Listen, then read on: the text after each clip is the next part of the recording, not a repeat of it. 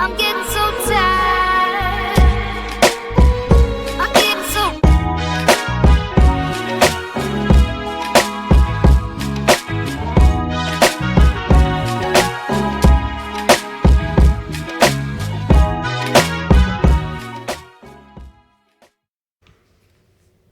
Y'all know what's going on. It's time for another episode of Doing Time with Joe. I'm your host, Joe Baker, and welcome to the show, y'all. Look here, in this episode, I'm going to be telling you about this brother named Smoke, right?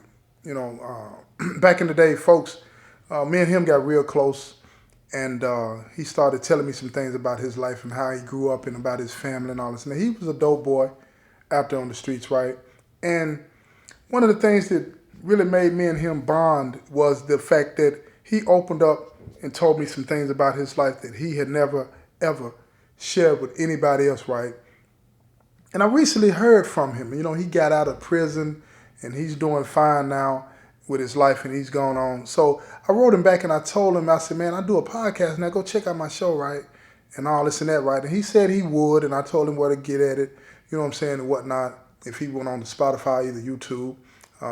And he really listens every week, right? So one day I asked him, I said, man, you remember you told me about your niece, right? And he was like, yeah. And I said, man, do you mind if I share that story with my listeners? And he was like, man, Joe T, go ahead. Then I would be honored if you would tell that story, right? Because, I don't want anybody else to think that what I was doing was the right thing. And he said, you can tell the story. He said, but and I don't even care if you use my name. I said, I ain't going to use your name like that, bro. I just call you Smoke like I always been calling. And then those that know you, those that don't, right?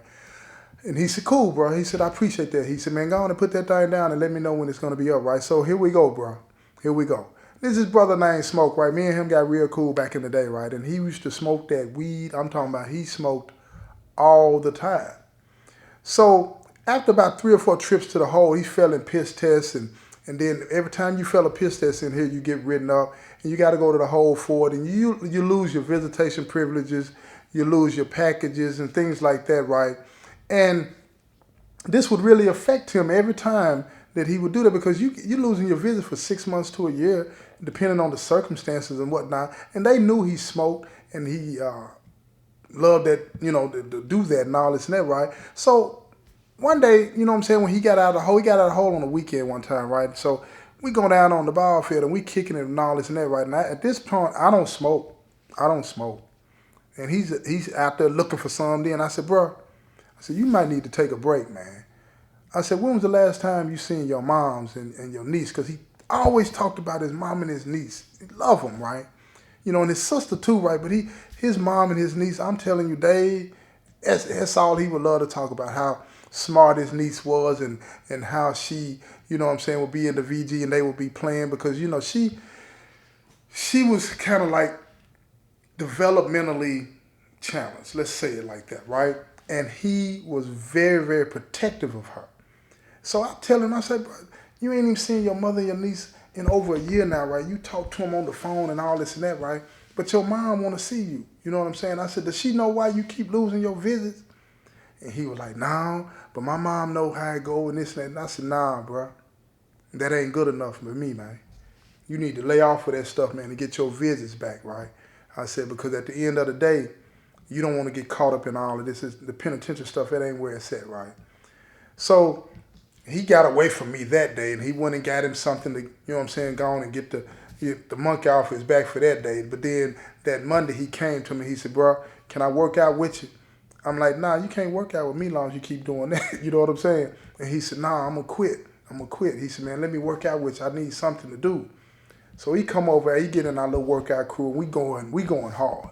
We going hard every day, right? Then after we finish, we go back to the unit, we making a meal, and we all eating together, right? So I started letting him do all that, right? So everything is coming together. He been a week clean, a month clean, and now he's feeling good, right? Now he wants to play basketball and run and do all this and jog and all that, because he was younger than me, you know what I'm saying? And I'm proud of him. He's doing real good at what he's got going on, right? So one night, we sitting at the table, you know what I'm saying, because he wasn't my cellie. So I had to set out at the table in the pod to eat with him. You know what I'm saying? And we would sit out there and we'd be eating our burritos, you know what I'm saying, with some potato chips and a nice old cold Pepsi or something like that. You know what I'm talking about? And he started to open up to me, and I was like, man, tell me about your mom. Tell me about your sister. You know, he get to talking about him and all this, and they telling me about the town that he's from and how much he loves him and all this and that, right? And I said, bro, let me ask you something. He's like, what's up, Joe T? I said, bro, man, why you like to smoke like that? You know what I'm saying? Because listen to me, when I say this brother smoked, he smoked.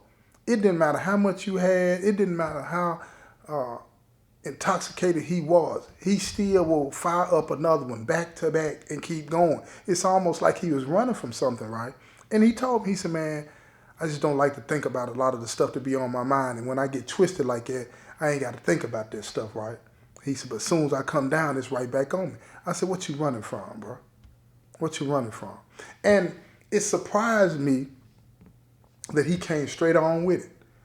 And he said, man, he said, I did a lot of stuff when I was growing up, man, and selling that dope and doing all this and that, right? And he said, my sister used to be out there. He said, man, my sister was out there. She was on that stuff so bad.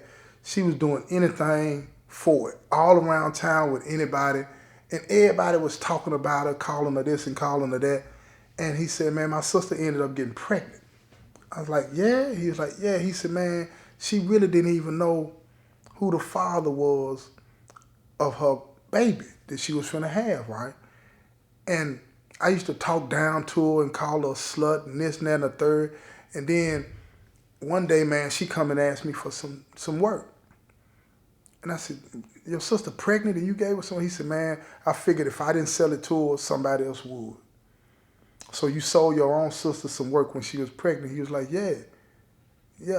He said, I wasn't thinking nothing about it, right? And at this time, while he's telling me this story, bro got his head down and he's crying and all this and that. Now, we sitting out at the table. You know what I'm saying? And it's unusual to see a gangster crying out in open in front of everybody. But people walking by the table, you know what I'm saying? And I got my hand on his shoulder, you know what I'm saying, telling him it's good, you know what I'm saying, it's going to be all right. And he keep telling me the story. He ain't stopping. And then I'm looking at the passerbys and they're looking at him, getting them at mean mugs, say, you better not say nothing. There ain't nothing funny. You know what I'm saying? I didn't have to say that, but they read that in the way that I looked at them and they kept walking. You know what I mean? Because this is one of those breakthrough moments, man, that bro needed to go through, right? So he keep telling me his story, and he's like, man, my sister, man, he said, my niece was born premature. And I said, bro, yeah, she born premature because you selling your own sister dope. I said, yeah. And he said, man, when I went to the hospital and my niece was born, he said, man, I looked at her, you know what I'm saying, through the little window. You know how they had the kids all in the maternity thing? He said he looked at her through the window and he could see it. He could see that something was wrong. I said, how you could see something wrong? He said, man, I could just tell. It was the look in her eyes. You know what I'm saying? He said it was almost like my niece was hot. And man, I ain't gonna even stunt with y'all, right? I ain't gonna stunt one bit. It hit me in my gut. I'm sitting there beside bro, actually, in front of him, because we on the stool in front of each other, and he's got his head tilted. My hand is on his shoulder, right? And I'm like, man, I'm gonna be, like I said, I'm gonna keep it real, right? Because, Smoke know the story. You know what I'm saying? In that moment when he said that, I just looked at him, man, and I just shook my head, right? And for a minute, I thought less of him. I was like, man, you ain't straight. You know what I'm saying? But I didn't say it. You feel what I mean? I told him that later on, that I felt like that, right? But anyway, he continues to tell me this story about, when he saw his niece in the maternity ward and how she looked hot. And he said, from that day forward, he said, man, I ain't quit smoking until this month. He said, man, I've been smoking. He said, man, when I was out there, I got so far gone on that dope. He said, I got caught slipping. And these folks done gave me 15 years. And I'm up in here, you know what I'm saying? He getting ready to go up at this time, right? Because he had 15 at 30%. You know what I'm saying? So he had about 5.5, 6 built on it. So he getting ready to go up for parole. And he was just trying to run away from that, man, that feeling, you know what I'm saying? And he missing his visits and all this and that, right? He said, man, I just couldn't couldn't deal with a lot of the things that were going on. And then when I came up in the penitentiary, he said I just kept doing it because he said I felt guilty. But he said, but when I go to visit and I'm around my niece, he said, man, all I want to do is see her smile and see her happy, you know. And I said, bro, you can't do that by not going to visit, man. He said, no, I started to understand that when you had to talk with me, big bro. I said, I understand that. He said, that's why I'm trying to get clean. He said, man, I want to see my niece. I said, man, what about you and your sister? How y'all relationship? He said, we straight. We straight. He said, but, you know, she going through some things herself because she feels guilty about smoking when she was pregnant. You know, and she blames herself too for, you know what I'm saying, why her daughter's the way she is. I said, man, do your mama know? He said, no. He said, mama don't even know that, you know, I was selling sis that worked, you know what I mean, when she was pregnant, right? I said, dang. I said, so she don't have a clue that the mother and her son might be responsible for how her grandbaby turned out. She was like, nah. He was like, nah, she don't know. She don't know. I said, you gonna ever tell her? He said, probably not. Probably not. And I just looked at him, man, and I'm talking about at this point, he crying. You know how you breathing deep like that? He's heaving because he done had this weight on him for all this time. He been carrying this, right? And man, when I say you never know what a person got on them and why they do what they do, but this brother was weighed down from all the guilt that he felt about what he did to his sister and subsequently did to his niece. And he felt ashamed of it and he was running from it, smoking every freaking day. And now he's clean and it's coming out of him. It's coming out of him. So I asked him, I said, bro, what, when you go home, because I said, you're going to make parole this time. You're going to be clean and all this and that. You're going to make parole. And I said, you gonna tell your moms? He said, I don't think I'll ever be able to tell my mom. Well, check this out, y'all. When I wrote him back, that's one of the things that I asked him. You know what I'm saying? I also asked him, could I tell the show or whatever? And he said he had talked to his mom when he got home, and him and his sister both, you know? And no, his niece doesn't know, you know what I'm saying? And she's still young, and it's not necessary that she knows that right now, if she ever needs to know that at all, because she may not even understand what really happened, you know? So I don't see the need in, you know, adding any more drama or stress to her life. But Smoke's out there right now and he's doing good and he takes care of his niece. But it's one thing that he wanted me to make sure that all of y'all out there understand. You know, he said a lot of people talk about, you know, selling drugs is a victimless crime and they're not making anybody get high and all this and that, right? And he wanted me to let y'all know this. He said, think about his niece. His niece is a victim. She didn't ask to be born. She didn't ask to have the smoke of some drugs in her lungs through her mama. She didn't ask for any of that. But now she's here and she may not have the kind of life that she would have had otherwise if she would have been born without drugs in her system. And he wanted me to make sure that everybody understood that selling drugs is not a victimless crime. Somebody's going to get hurt from it. And the fact that his niece, you know what I'm saying, wasn't going to ever be able to probably take care of herself or anything like that, or that to him made it crystal clear that selling drugs there are victims. And it's not a nonviolent crime like you might want to believe. See, a lot of people that sell dope, they want to believe that, you know, you're not forcing nobody to do it, ain't nobody being hurt, and all of these types of things. That's not true. That's not true. Even if you got an adult that's smoking drugs that got a child and that child is not on the drug, that child is being affected by that. And I understand why a lot of people say that, you know, they do it to try to make ends meet and all of these different types of things, right? But your financial ends might meet, But I'm going to tell you something. Your mental and your spiritual ends won't. They won't. Because Smoke was running. He was running for years from himself, trying to get away from what he realized that he did to his niece when he looked at his niece in that maternity ward and saw the look in her eyes like she was high. She's just a few hours born into the world and she looked like she was high. Imagine that. Imagine that. Imagine what that did to her brain development, her lung development. Imagine that.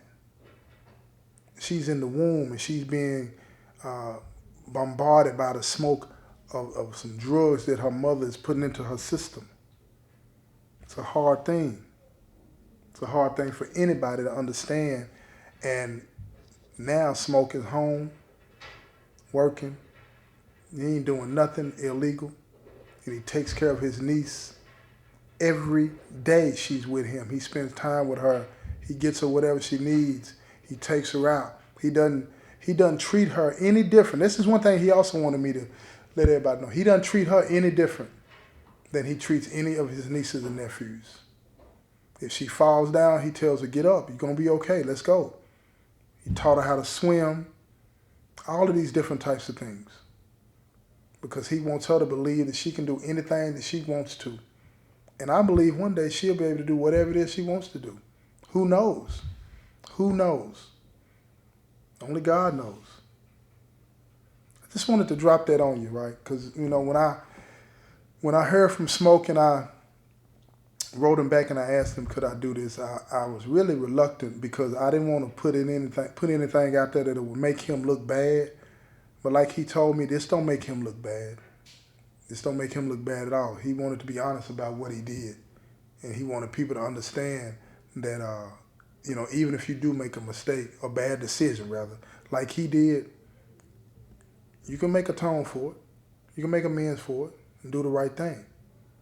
Don't wallow in your shame and your guilt. Get up, do the right thing, and keep it moving. This has been another episode of Doing Time with Joe. I'm your I'm host, getting Joe Baker. so tired. And I say peace, y'all.